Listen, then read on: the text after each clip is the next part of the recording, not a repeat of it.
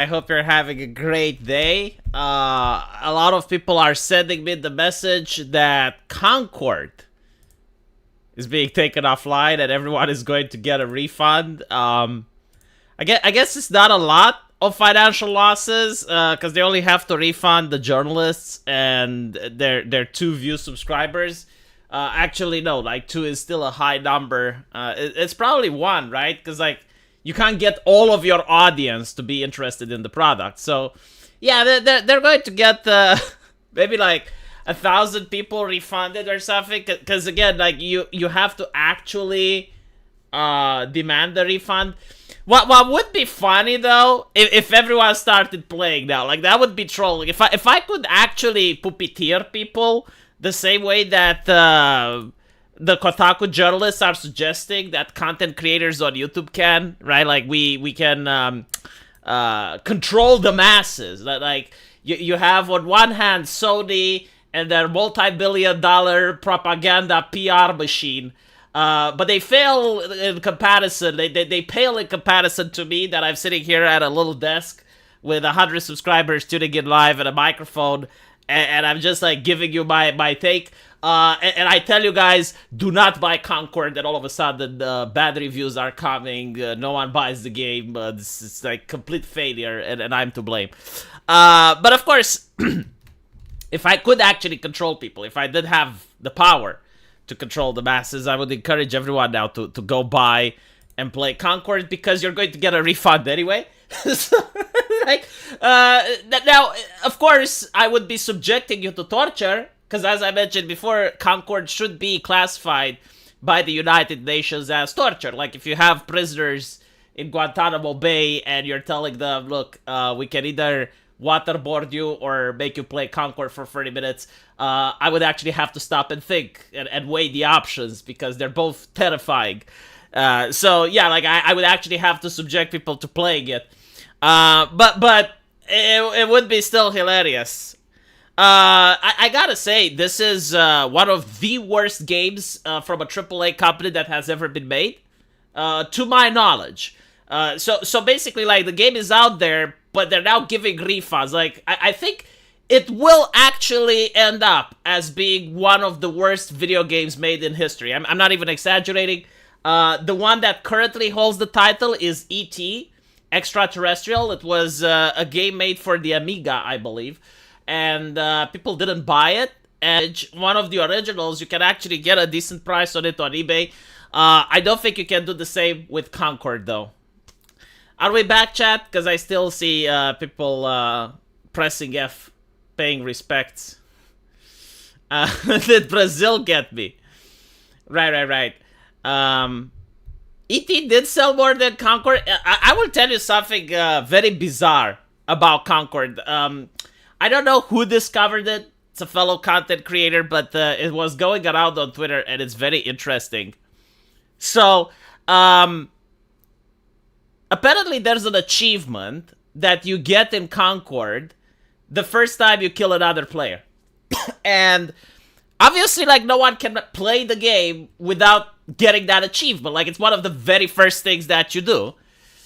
However, the number of people that claim to have bought the game, which is like around 10,000 or something like that, is 10 times higher than the number of people that got the achievement of killing someone in multiplayer. Now, obviously, it can happen that someone just bought the game and never installed it, right? Like, there are many people that have that in their Steam collection. Like, you buy a game, and you never install it, so it's fine, you know? Like, it doesn't have to be, like, an equal number, but, like, 10 times the amount, that is just bewildering. It's, how did it even get to that point? Did they steal assets? No, I think the stealing of assets is from another game. I think that's from Dustborn. Yeah, like, Dustborn actually is accused of stealing assets. I forgot from which game they did. But they ripped off a lot of things, and the developer was blocking people on Twitter when they were found out. It is the dark era of entertainment, for America at least. Because Asia is still producing quality stuff for now. But I can't think of a single American game that's coming out where people would even expect that the game would work on launch. Like this is how low the bar is. If Like, the new Assassin's Creed game is coming, right? Assassin's Creed XO. XO! Right. So, I guarantee to you, like, this is my take. If I'm a betting man, if you're asking me to bet, is the game going to work flawlessly on launch? Fuck no.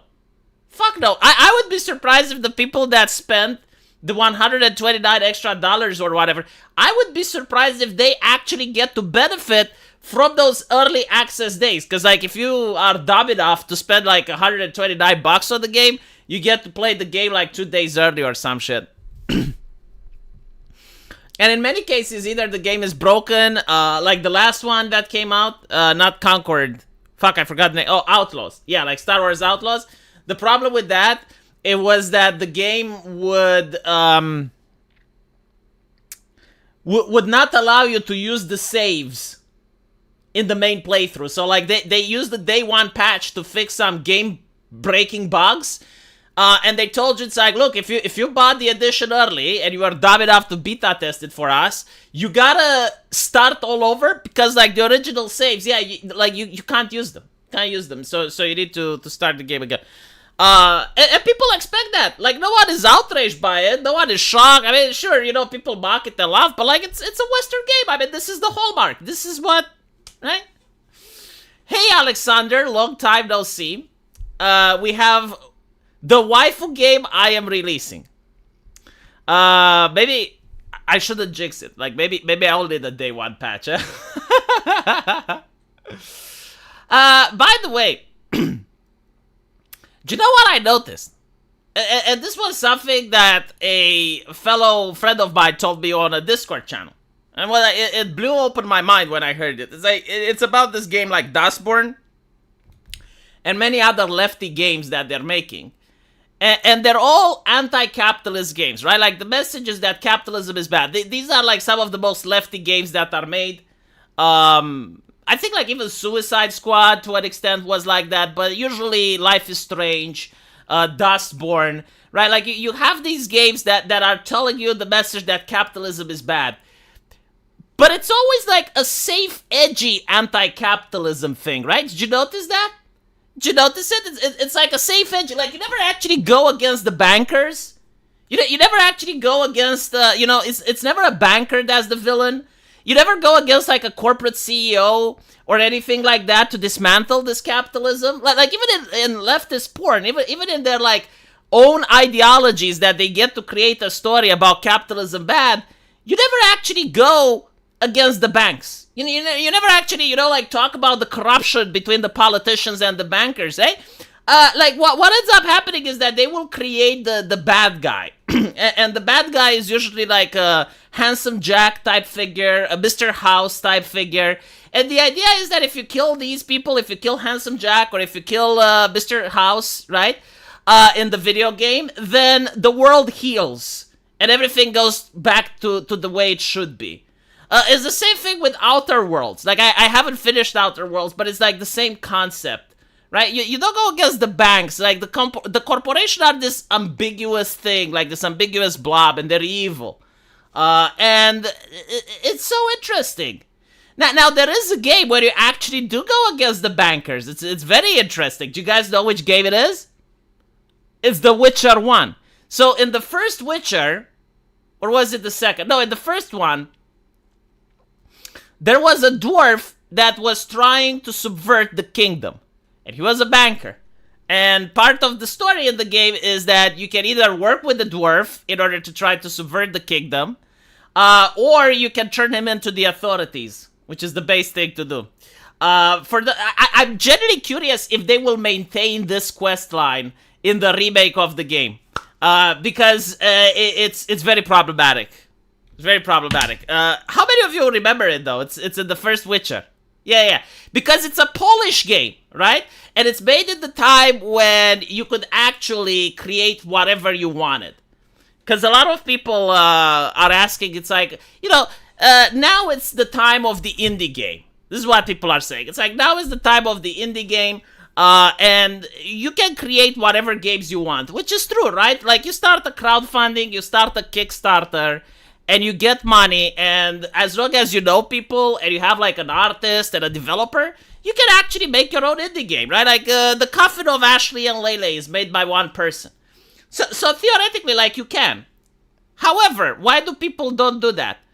Well, it's because if you want to publish the game, not only do you have to abide by international law now, which didn't exist back in the day, and most international laws, like, don't use drugs, don't use alcohol, don't use too much violence, don't use too much fan service, shit like that. And it depends from country to country. So, like, for instance, Japan is big on no violence, while the United States is big on no fan service, right? So it depends. But then you also have, like, the platforms, and the platforms are, like, no hate speech, no discrimination. So games like Postal, like, or basically, like, games that were tongue-in-cheek, South Park titles, you can't make them anymore. You can't, because they're hate speech, right? So, basically, back in the day, there were two ways, well, actually, there were three ways of making a game. The first way was to create something that was bewildering, that was never made before, right? So, like Warcraft 3, you create a strategy game that has RPG elements in it. Like, that didn't exist up until that point, and it's a big risk. It requires a lot of creativity. It's something that not everyone can do. And you actually manage, to have a product that sells. And you don't need the state-of-the-art graphics. You don't need, like, the best engine ever. You just need to have an idea, a concept.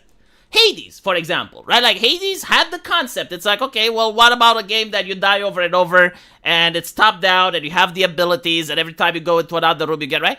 The Binding of Isaac, right? So, if you have, like, massive creative ideas, then you can create and make money off of it. So, this is, like, the first way. The second way is if you're having an investor, a publisher, that gives you access to hundreds of millions of dollars. And then you can have, the latest graphics, and even if your game isn't creative and it's over-the-shoulder garbage, as long as it looks pretty, as long as it looks amazing, people will buy it, right? But this is not something that anyone can do. This is not something that an indie can do. Like, you do not have access to the latest, to so much cash in order to make a game with the latest graphics. So what ends up is making a game that's tongue-in-cheek. Right? You make a game that's incredibly edgy, that's incredibly humorous. Basically, you're being a cheeky little shit posting the game. You can't make that anymore. Like, that is not allowed. You can't make the Postal. You can't make the Manhunt. You can't. The publishers will not, the platforms will not allow you.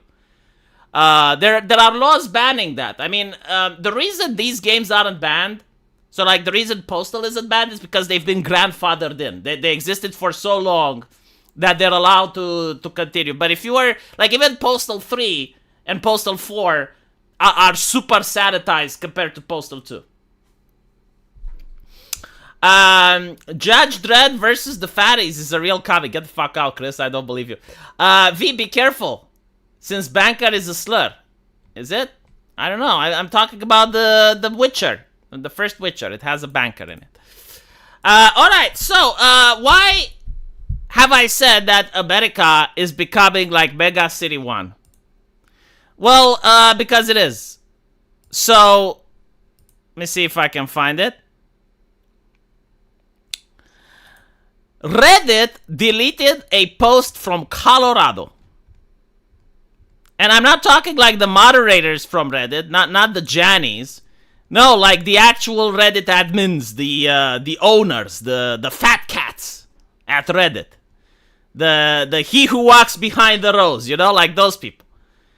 So it's pretty bad. Like, why did they decide to delete a video from Colorado? Well, apparently the video showed an armed gang which has taken over an apartment complex in Aurora, Colorado.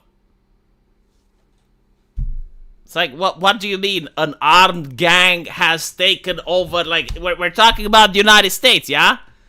Like this is the good old US of A. Like, we're not talking about, what countries would this usually happen in? I'm trying to think. Even in South Africa, I don't think this shit happens. Like to have like a group of armed individuals taking over an apartment complex. Well, actually, hold on. I'm spreading harmful misinformation. It wasn't one. It was 2 apartment complexes. There was 2 apartment complexes, chat. And they were taken over by individuals with weapons. And it's a little bit weird, right? Like, what do you mean? But it's fine, you know, because X is the platform with harmful and dangerous misinformation, so X is evil. Meanwhile, Reddit, pulling this shit out, is not spreading misinformation, although you are misinforming people by forbidding them to have access to reality. Like, this is something that actually transpired. This is something that actually did happen. I saw it on X and other places, and now the news is talking about it because it's spreading. It's going to Chicago. We're going to talk about that in a bit.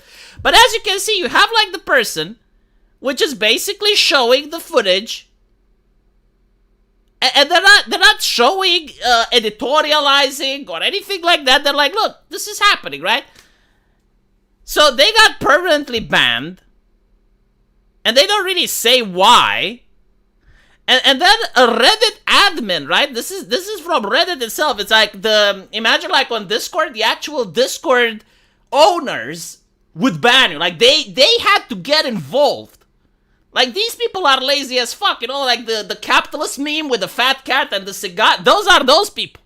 They don't ban the peasantry every now and then, right? Like, unless it's absolutely necessary. So, yeah, now the interesting thing is that it's happening in Chicago. So you would be wondering, hello, bipedal species. You would be wondering, so like, okay, I mean, well, if it happened in Colorado, the Rubicon has crossed, right? Like, it's happening. So what if it's happening in Chicago? Well, Chicago, yeah. Chicago has, how should I put it? You know, in this case, where they say diversity is our strength, when it comes to shit like this, it actually is.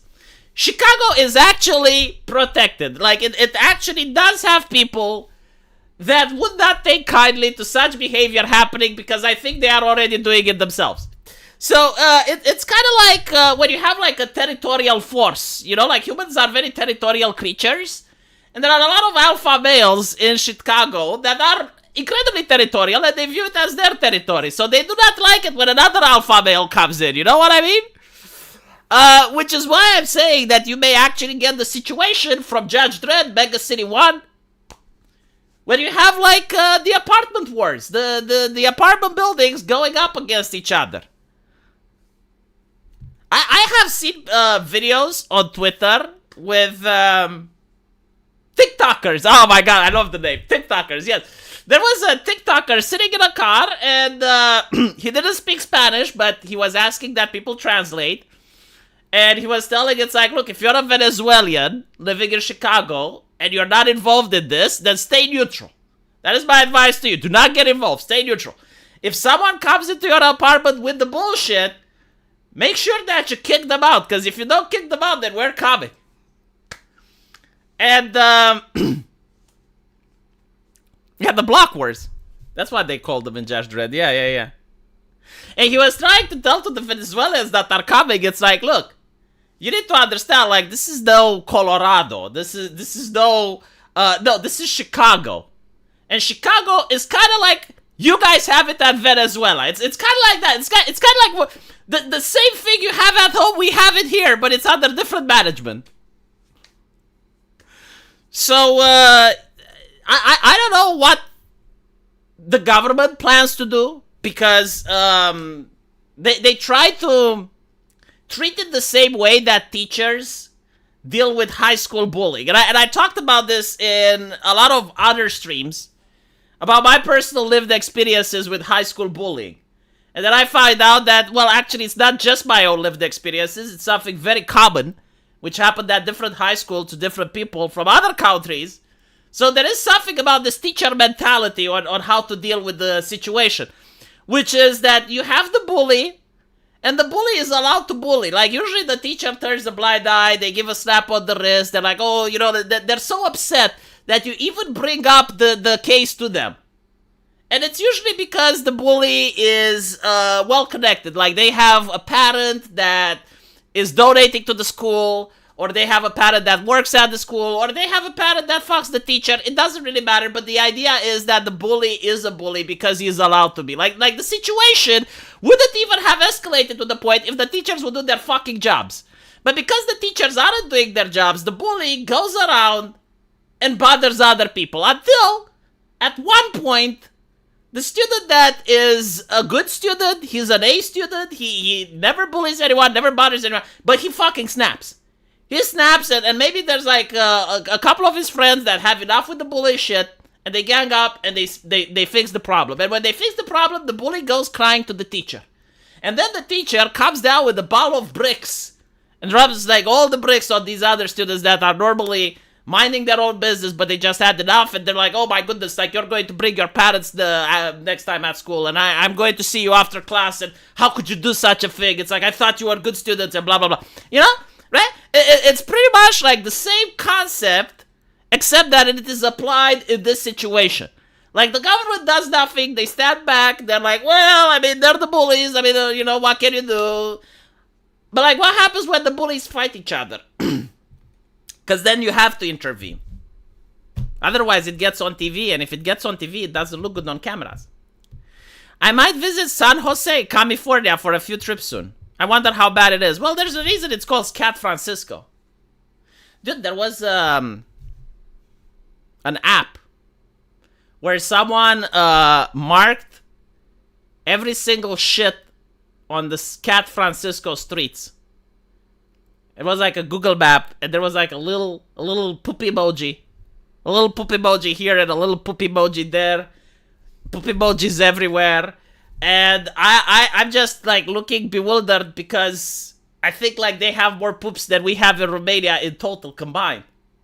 Per day. Like in one day they managed to outpoop the entire Romanian society from its inception all the way up until present day. Now, if they can do the same whenever you see like a person injecting stuff into their arm and you have like a little needle emoji, like a Fauci ouchie emoji, and you put it there, I'm curious how that app would look like.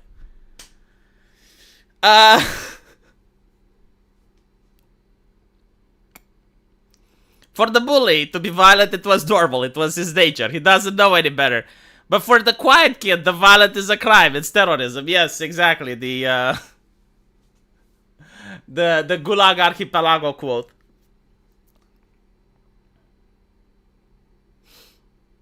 They absolutely won't put up with it. It's a popcorn moment that will bring up all the gangs together like in the movie Warriors. Who's going to be the good guys though? Like who's going to be the gangs that people will be rooting for on television? How will they report it? They usually like can't report something unless they editorialize, right? And you know like it's really bad for the regime when the mainstream media just reports the facts. Like it happens every now and then, and you'll see CNN just coming up there and telling the facts as it is. What's the cleanest country you visited in East Europe? To be fair, my country is now pretty clean. Like, it used to be dirty, but now it's pretty clean. Usually countries in Eastern Europe and avoid capitals. Like, mostly capital cities are dirty. But if you go to, like, small towns and stuff in Eastern Europe, Poland, Hungary, Romania, they're quite clean. Yeah. There are places in London that are clean. If you go into the tourist area, if you go into the rich people's area, there are places in London that are sparkling clean. But, you know, like, the entire city isn't. But at least there's not poop on the streets. There's not poop on the streets in London. The Hells Angels are the guys that the media will root for. Pippa enjoyed her trip to San Francisco, but when I was there, it was as shit as shown as my rented car got immediately broken into, with a couple of hours being drained. My mother got robbed in Spain, so I don't know, you know, like you got these events where it's kind of hard to judge if the country is safe or not if your first interaction with it is getting robbed, you know. To be fair, like my mom actually was victim to an elaborate scam. It's kind of difficult to scam Eastern Europeans. I got like a scam from my bank a couple of days ago. I will tell you why Eastern Europeans are hard to scam. It's because we were born in the scam. We lived the scam. So basically, if you are calling me, I don't want to talk to you. I don't know who the fuck you are. Fuck off. If you're approaching me on the street, same thing. I don't know who you are. I'm not talking to you. Fuck off. The only way I engage in conversation is if I approach you, motherfucker. I come to you. You don't come to me. I come to you. If you come to me, I don't care about what you say. I don't care if you're asking me what time it is. I don't care if you're like, unless you're like wiggling my own keys and you're like, sir, you dropped this, then I will be thank you. Here's a reward. But anything else, you don't come to me. Who the fuck do you think you are to approach me? Unless you're dressed as a cop, in which case I will ask for ID first, and then we start the conversation. So, I get a call, it was like 3 days ago, from my bank. I mean, it's an unknown number, right? I don't have my bank saved into my phone. And they're like, is this the company, blah, blah, blah? And then they give the name of my company, and I'm like, yes. Are you the administrator of the company capable of making administrative decisions? And I'm like, yeah. We would like to initiate a survey. I'm like, no. And they're like, but why? Because you're wasting my time. And they're like, but sir, it will only take a moment. And I'm like, I said no. And they're like, but why? And because I'm busy right now. And they're like, can I call later? And I'm like, why the fuck are you being so aggressive? Why are you aggressive with me, woman? And she's like, what do you mean I'm aggressive with you? Like, I already said no 3 times. Like, how many times are we going to go forward with this? Yeah, but like, we want to improve the services. And I'm like, you can't. There is no way you can improve the services because they are already at the apogee. I have never experienced better services from any bank in the entire fucking world. Like, you guys are doing God's work. You are the Jesus of the financial sector. So take the survey and put A+ everywhere. And give a gold star to you as well. Like, thank you. Have a nice day. And then I find out that this is an actual scam. Because then I call my bank, you know, because this pissed me off. It's like, why is this bitch wasting my time? The fuck did I do to her? Why is she wasting my time for? I got YouTube videos to make. Fuck is wrong with her? So I call my bank and I'm like, are you guys doing a survey? Like, no. Oh, no, hold on. So if you do a survey, you do it through email, right? Like normal people, yeah. Ah, okay. So this is how I avoided the scam. You cannot fucking scam. I am unscammable. At least, well, I'm pretty sure like someone that's smart enough is going to eventually scam me. Like, never say never, you know, because just like the way there are people like me that are smarter scammers. And eventually it's like a context of willpower and intelligence. It's like, who's going to crack first, you know, who's smarter, the person avoiding it or the person doing it. So no, like, eventually I will get scammed. I'm pretty sure I will. But it's a lot more difficult than the average guy. Like, the scammer has to work for it. But the thing is, like me, there are many other Eastern Europeans, right? So many other Eastern Europeans that are in my situation where they just don't want to talk. So it's very difficult for the scammer to engage a conversation if we tell you to fuck off from the get-go. There was another scam that was tried upon me while I was in London. I was in London with Sargon of Akkad, and I was there with a beautiful lady from Switzerland. No, not Switzerland, Sweden. Yes, Sweden. Beautiful lady from Sweden. And I was sitting at the table with Sargon, and there's this lady, this TikToker, and she comes up to me with a rose. And before I can say anything, before I can even acknowledge, I even thought that she's working for the restaurant or something. She gives me the rose in my hand because she sees me next to the lady. So she assumed that I must, be the type of man that would be ashamed to say no if the lady is next to me. So the bonjour lady is telling me 50 euros. And I look at her like, 50 euros for what? For the flower. And what the fuck did you do to it? Is this like some new bioengineered plant that never withers? Is this like the rose from the Beauty and the Beast that's magical? Is it a collection item? 50 euros for the rose? My bad, chat. I'm spreading harmful and dangerous misinformation again. It was 50 pounds. 50 pounds for a rose. And again, she insists. And she insists for like 15 minutes, much to Sargon's dismay. she realized that Eastern Europeans like me are a green creature with that are a wall with 5 defense. Cannot attack, just 5 defense. Costs no mana. It's like a green creature, 5 defense, cannot attack. That's me when it comes, right? And then she tells me about how she has children, and I tell her, well, I have children as well. I mean, if you have children, I gotta have children. We all have children, right? So, you should give me 50 pounds, because I probably have more kids than you.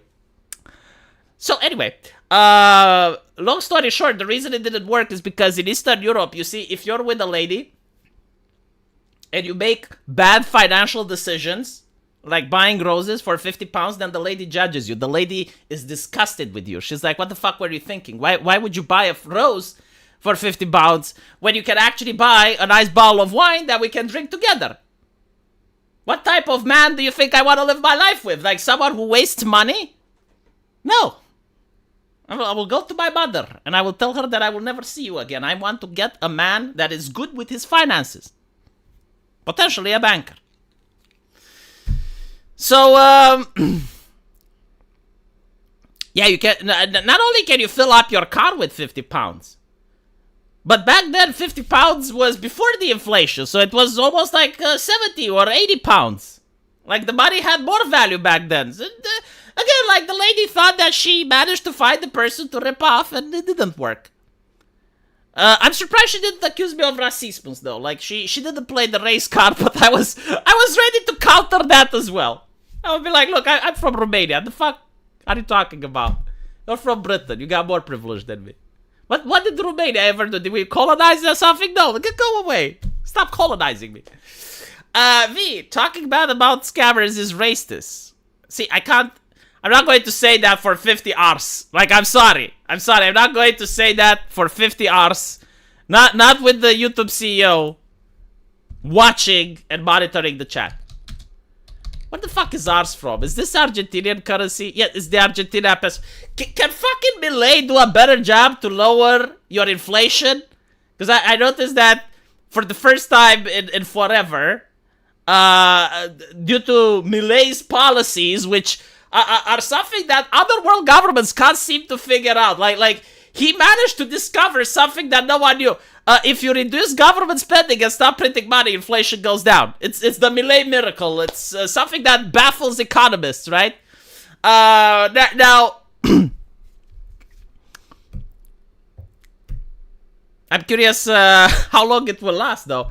But yeah, like for some reason, all corporations on the world are greedy and are creating inflation, except for Argentina. Like in Argentina, the corporations said, okay, enough inflation, enough greed.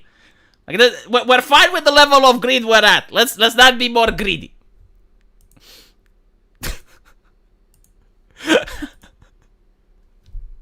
My bank is very polite. I'm buying a house, probably smaller than V, but 4 times more expensive. Oh yeah, but that's not your bank's fault, right?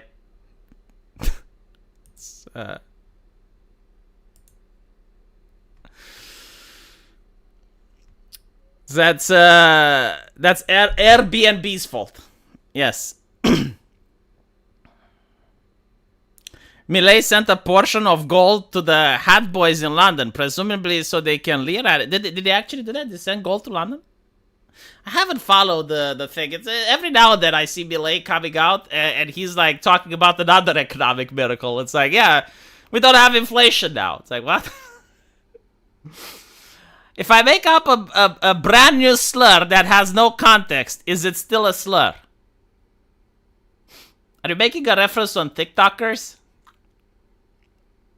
My God, TikTokers.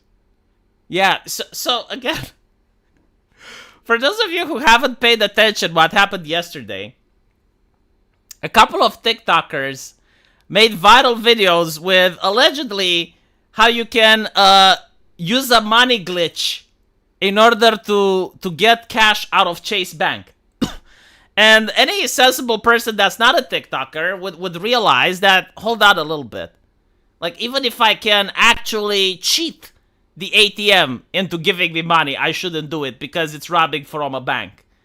But not only did they do that, they decided to stream it on TikTok, to show their credentials, to actually brag about it. Because, like, if you shut the fuck up, at least you have the benefit of the doubt. You know, like the right to remain silent is such an important thing that the Americans have made. Holy fucking shit. I'm telling you this as a person who have witnessed lawsuits and have seen people go to prison, innocent and guilty alike. And in 70% of the cases, I'm not even kidding, in 70% of the cases, the reason people end up in prison is because they talk too much. Had they shut the fuck up, had they listened to the right of remaining silent, they would not have been in prison. So, like, if you stay silent, you can say, well, you know, like, the glitch just happened, it was an accident, it was an oopsie, I don't know, I'll give the money back, I promise. You still have to give the money back, but you don't go to jail. But if you brag on TikTok, I found this glitch, look how I did it, you should do it too. Oh, well.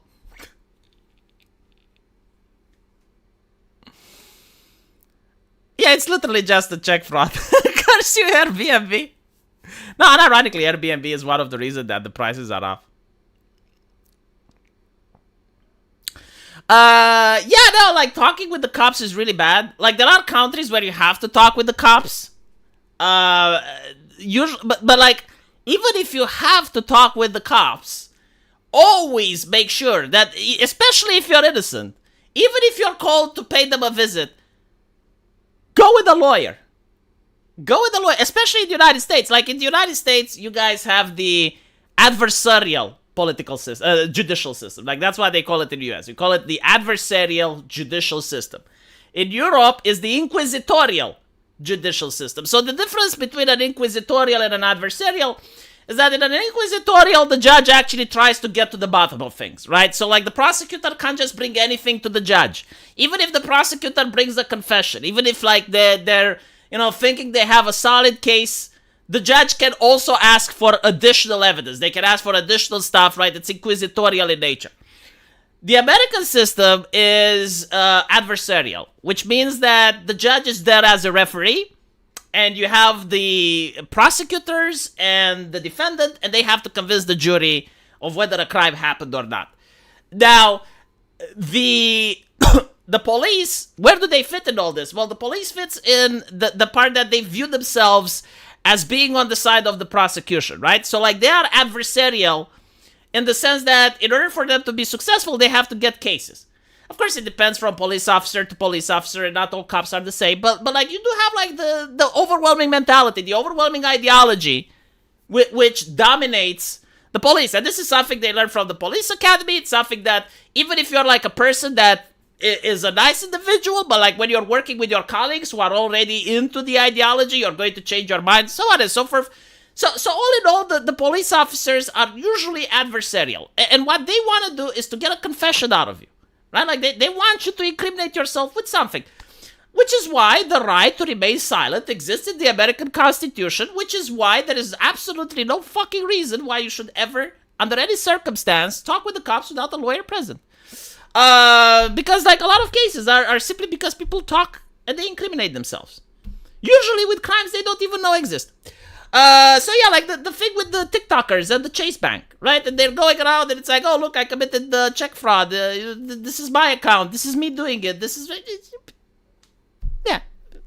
I mean, take into consideration that every single time there is a court case, every single time there's a trial, the prosecution has to prove a negative, right? Like, they have to prove beyond a shadow of a doubt that you committed the crime.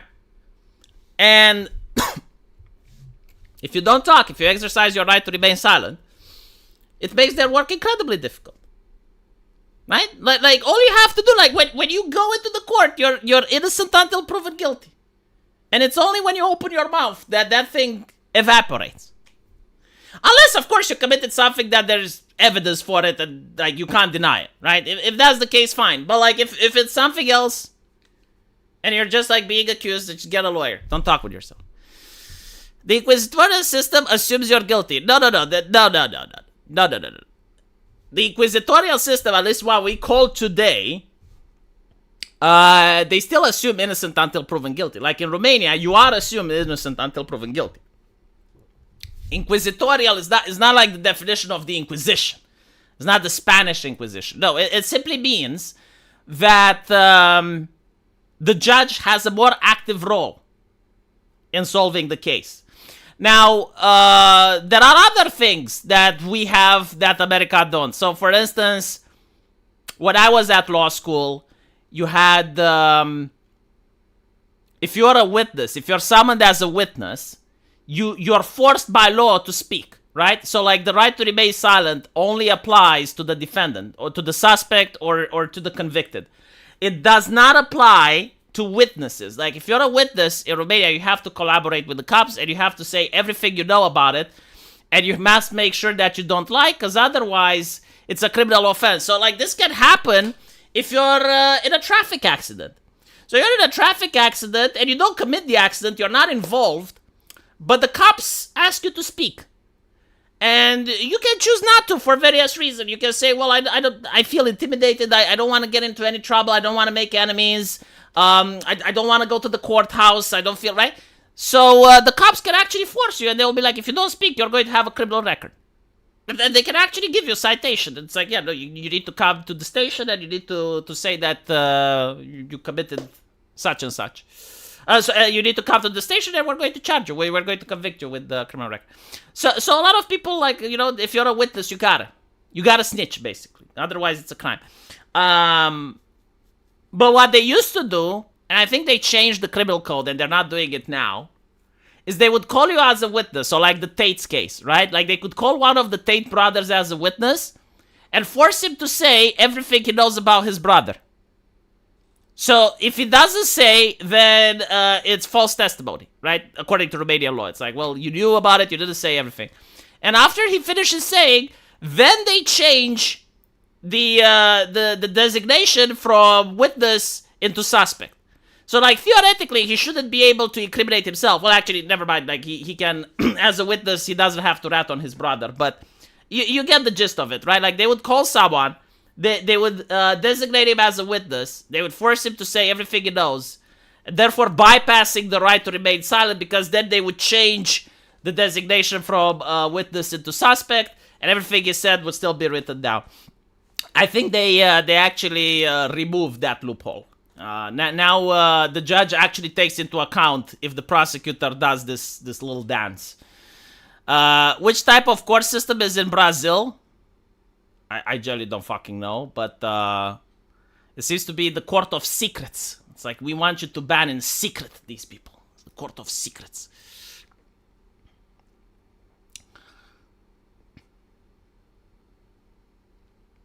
Speaking of the law, isn't the guy who made the mega upload being extradited from New Zealand to the United States?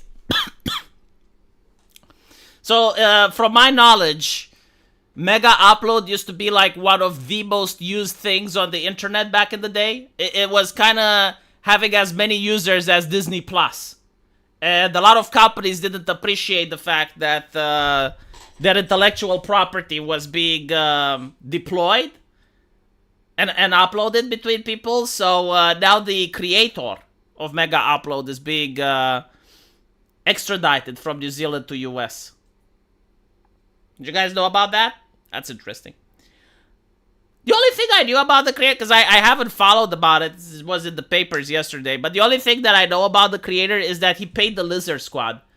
Like the hacker group, I think it was the Lizard Squad, wasn't it? Like they were bricking PlayStation or Xbox or some fucking console. They were bricking it on Christmas, and they were asking for money in order for it to allow people to play again. So he's the one that paid it. He's the one that saved Christmas.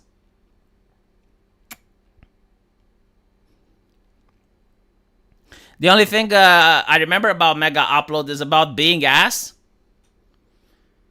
I don't know if it was ass. I didn't use it, but I know that a sufficient amount of people used it to the point where it wasn't ass. And if he's actually being extradited from New Zealand to the United States, I assume that it was concerning enough for the corpos in order to want this man's ass.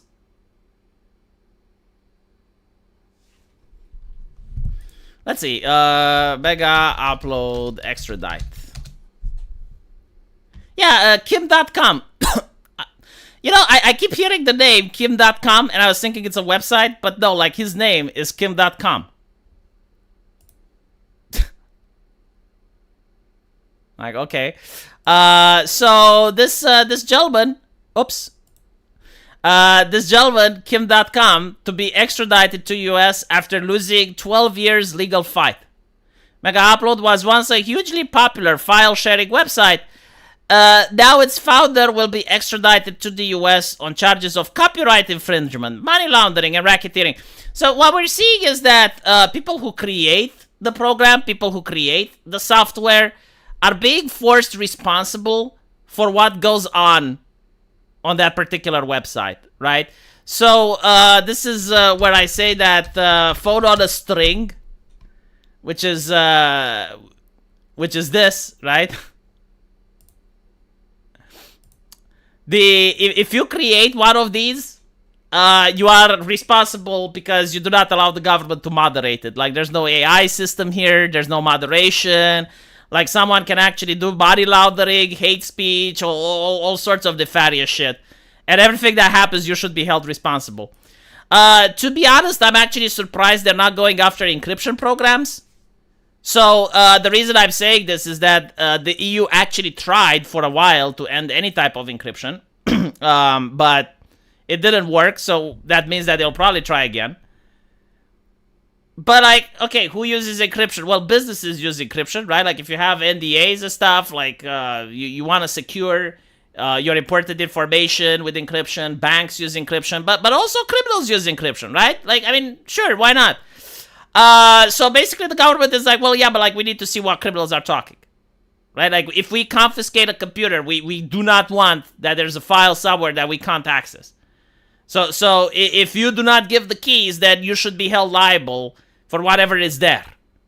And it's the same argument. It's literally the same argument like, these other platforms that are... I mean, it's like going after the phone company and telling the phone company that unless they install a bug in every single phone and they give access to the government to listen in, then the phone company is liable for everything that people talk on the phone. And the funny part is, as my knowledge currently, looking at various legislations around the world, landlines are safe. So, like, if you use a landline, it's less likely you're intercepted, but, like, everything that's with a mobile, everything that's electronic, the government can actually file a request from the mobile company, and they will just flat out give all the information. Like, they usually store everything you say, everything that's being recorded, and they don't listen into it. But this is how, because a lot of people are like, well, how the government managed to listen to the Tate brothers? Because this is how I actually looked it up to see. There's a lot of, like, private conversations between the Tates, right? And it's like, well, how did the government manage to intercept them? And the answer is they didn't intercept them. They just asked the companies to give them the files. So a lot of countries have similar legislations. They have similar laws that everything you speak. And it's not just that, but recently, I forgot which company, was it Android or Google? But basically they said that they use the microphone from your phone to listen in order to give you ads, right? So, like, if you have a phone and you don't use it, like, it's closed, or it's just in standby mode and it's on the table, and you're talking about cars, then the next day you're going to see ad for cars because you used your phone to talk like that. Which is kind of interesting because if you were to have, like, a person knocking at your door and they would be like, well, I'm from the government and I just want to install this microphone in your house. I'll do it really quick. Is it fine? Like, everyone would say no, right? But when you have a smartphone, which is literally the same concept, like, it's still like a microphone into your house. It does, like, all this shit. Like, the reason I got even into this rabbit hole, because I just wanted to see, like, how deep the rabbit hole goes, right? Because, like, we're liberal democracies. We're not like China. We don't do anything that the Chinese are doing. So I was curious, just how much... It's not even the government, it's corporations, right? Like, how much do unaccountable corporations that I didn't vote for, that I don't elect, that I don't necessarily trust, how much information do they have on us? And let me see if I can show you what I found. This is very interesting. Oh yeah, here we go. So apparently, like, this is the level of technology that used to be 5 years ago. So now I assume they have more fancy shit. They had a camera looking at a space with people in it. That's sort of like coming in from one eye. The other eye is the radio signals, so sonar from the Wi-Fi router. And they just learned to predict, like, this is where the human beings are. Then they took away the camera. So all the AI had was the language of radio signals bouncing around a room. And this is what they're able to reconstruct. Real-time 3D pose estimation, right? So suddenly AI has turned every Wi-Fi router into a camera that can work in the dark, specially tuned for tracking living beings. So the reason that I find this concerning, right? It's not that they're going to come after the individual. It's not that, like, you can't take measures in order to protect your privacy or what. No. The problem that this is concerning, like, imagine the politicians really fuck up. Like they fuck something up majorly, and people are upset, and they want to protest. But they can use this technology to just crack down on the leaders of the protest the same way they do in China. The same way that they did to the truckers in Canada. Like, you can have legitimate protest that's peaceful, but it looks bad on cameras, and the politicians can immediately crack down on it. And then there's the other question that I find very suspicious. Like, if they have, like, all this ability to listen in to everyone, and there's, like, almost no privacy that you can have, how are politicians still corrupt? Like, how does corruption still happen at a politician's level? How do they manage to get away from all of this? And the answer is that it's kind of like in Brazil, where you basically have a ban on using Twitter, a ban on using VPN to access Twitter, but the politicians in power, they still access Twitter. And that's the answer to my questions. It's like, how is it possible? Well, that's how it's possible.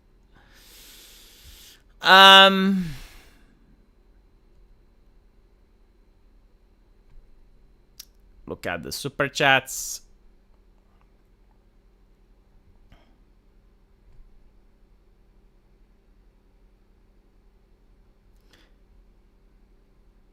At this point, a cyber-style data crash would be beneficial. Well, it's kind of like a Demolition Man. And I did find this absolutely hilarious. If you were to have a blackout, like if you actually were to, be unable to use the computer, like let's say you have a cyber attack and the electricity goes down or some shit. None of these police officers would know how to do their jobs anymore. Again, like in Demolition Man, there's the scene where he goes up to the police officer and he shows, like, look how much data we can gather. Like, these are all the streets and these are all the people and this is what they're doing. And he's like, well, how did you guys manage without this technology?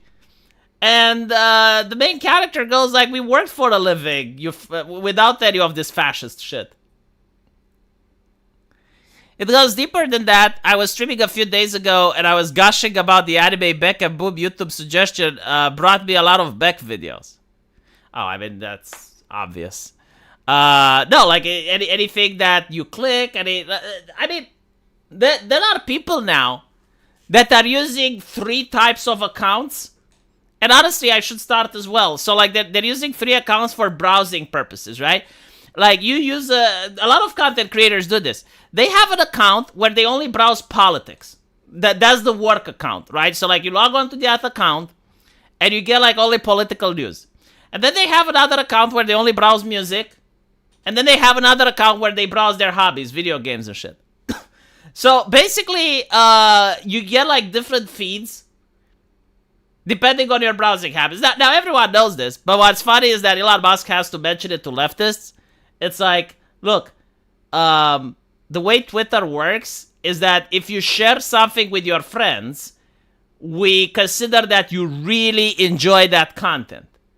Because it takes a lot of effort in the modern age to move the mouse, click the button, right? So basically he's saying, yeah, like if you share something with your friends, that's really great. The algorithm is going to give you more of that. However, if you share things that you hate, if you're rage baiting and you're sharing stuff that you don't like our systems are not smart enough to figure that out. So if you like, what our system does is if you go screaming at a right-winger, they're going to say, oh, this person really enjoys screaming their lungs at the internet. Let's give him 10 more right-wingers to scream at.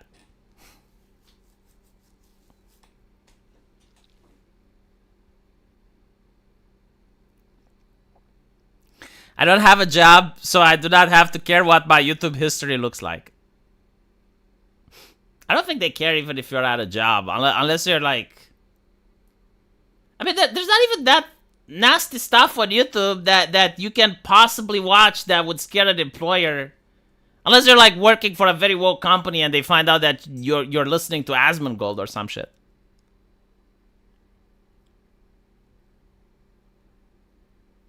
I'm sorry, lazy one. I wish the notification system would be working better. Oh, that is so much?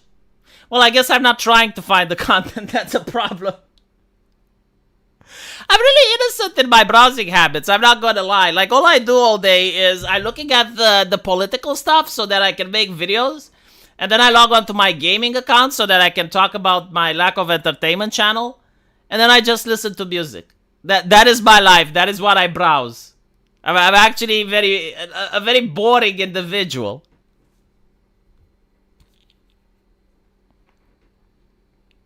Discord collects your data. Every single social media collects your data info. Every single fucking one. There is no more privacy on the internet. You know, like, this is one of the biggest things that I'm concerned is because I have a son. And at one point, I will have to teach him how to use the internet. And I'm going to have to teach him all the laws and all the legislations and be like, look, if you want to call Susie a piece of shit, you do that face to face. You do that at school. You don't do it online.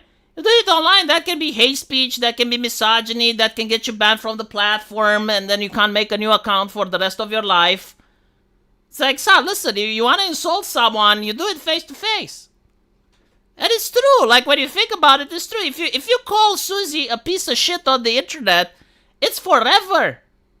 It's forever. It's etched in blood. It never goes away. But if you do it face to face, she probably forgets about it tomorrow.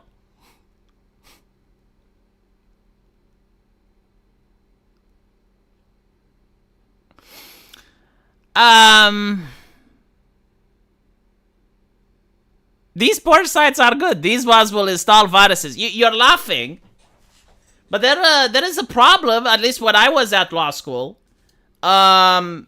with students that are teenagers, right? So we're talking between the ages of 16 to 18 who would send nudes to each other. Yeah, son, don't do that. That's called CP. Like, even if it's your girlfriend. Even if you're in a relationship with Susie, make absolutely sure that Susie doesn't send you anything over the phone.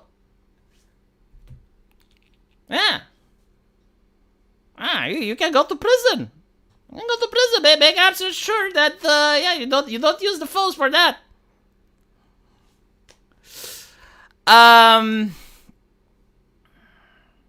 Yeah, son, don't send dick pic over the text. Jesus Christ, son. I love you too much. I do not want you to go to prison.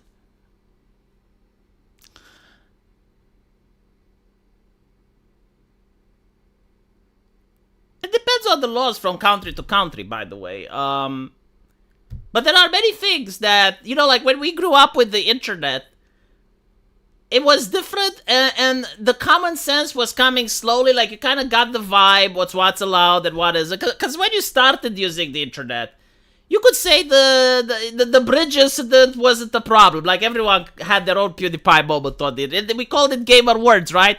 So you could go around and slur your way through the internet. No one would give a shit. You could do whatever you wanted. But now, it's not just you can get banned from platforms.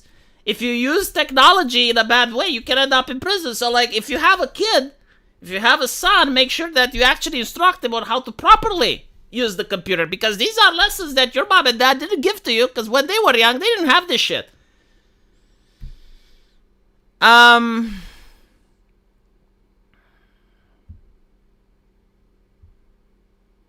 The internet was different because all the normies and politicians weren't taught it. It was also like people knew how to use it. It was like the internet is a very, very dangerous place. Very bad. Do not share any identifiable information on the internet. Do not feed the trolls. Do not click on any links from people that you don't know. Even if it's a person you do know, ask before clicking a link. If you find a link on the internet, it's like finding a needle in San Francisco. Do not click it. Never meet someone off the internet. Right? So, like, if you see a person on the internet, always assume they're a crazy psychopath. Do not meet them. Do not show your face. Do not share your pictures. Do not share private information. That's what I knew when I was using the internet. And the funny thing is, that is very based. But unfortunately, now it's like, no, all these sites, we have Trust and Safety Council. You know, Telegram is bad, but all the other sites are completely good. Like, all the other sites are very safe. They're not. All right? Just no. They're not safe. No website on the internet is safe. The same shit that I grew up, unless you're a content creator and you can't avoid it, then my advice is maintain your anonymity on the internet. Do not use it in a way that can get you in trouble with the law. Do not insult people online. Do not be a chicky little shit online. Treat it as if it's official court documents. Because you don't fucking know. Like, today, it's fine. 5 years from now, you lose your job because of what you posted in the past. I have a 19-year-old daughter, and she got internet access before she was 10. She says to me now that before 16, she shouldn't have unsupervised access. It is dangerous. Yeah, I don't have a 19-year-old daughter, but I grew up with the internet, so I know myself. Like, I also know that the internet was a dangerous place, and I shouldn't have had unsupervised access to it. So yeah, like, from my own personal experiences, when I was a minor and I was using the internet, I would not recommend it for other kids. I think, like, the best thing to do is wait until your kid is 14 and then give him a laptop that's offline, not connected to the internet. And then when they're 16, you give them supervised access and you teach them how to use the internet. You make sure that they're using it in a manner that's not going to get them canceled or in trouble. Because as we see in the UK, people are getting arrested for emojis. So it's not like... And then again, like, you can do shit that you wouldn't even think that's a problem. Like, for instance, you're having a girlfriend, and you know, you're the same age with her, and she's sending you a nude. All of a sudden, well, that's a crime. And you're like, but why? But other people do it. Yeah, but other people are over 18. So yeah, I don't even think you need to use VPN and fake emails and shit.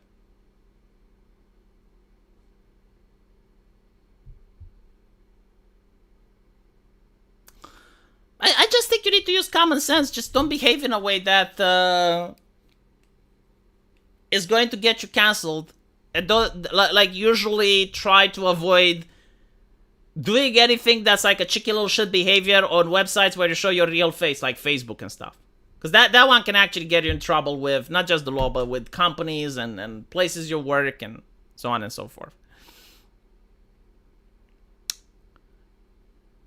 The thing is, people lost the ability to discern. There are both good and bad people on the internet. Yeah, but, like, again, the idea isn't that there are not good and bad people on the internet. Of course there are.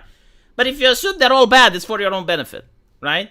Like, when you used the internet back in the day where there was zero moderation, yeah, there were good and bad people. But if you assume that all of them are bad, then you can't possibly get in any trouble.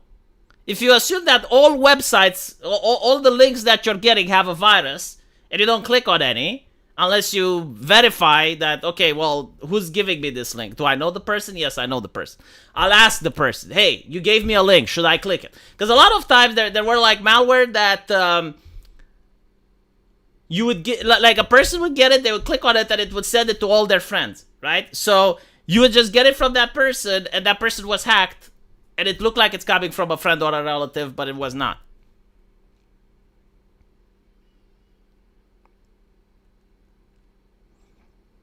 VPN still hides your traffic. Well, I have no problem with my traffic. I don't traffic places that I shouldn't be anyway, so. I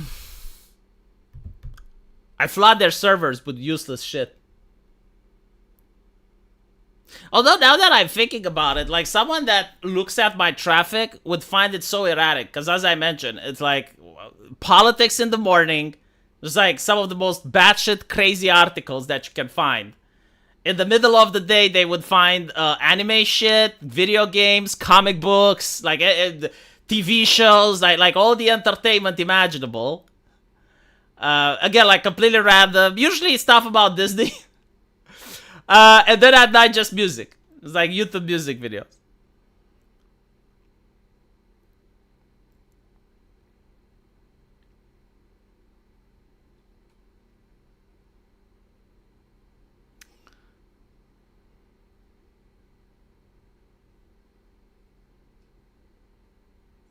It's none of the government's business what your traffic is. They usually don't care unless they have like a court order, at least in my country. And if they do that, they will just ask the service providers for more info, like they did with the Tates, right? So they will just flat out ask Twitter to give them everything that Tate did there, Facebook, and they can even ask the VPN companies. So yeah,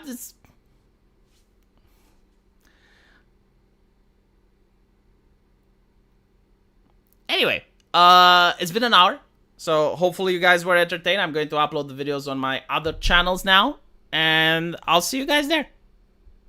Take care.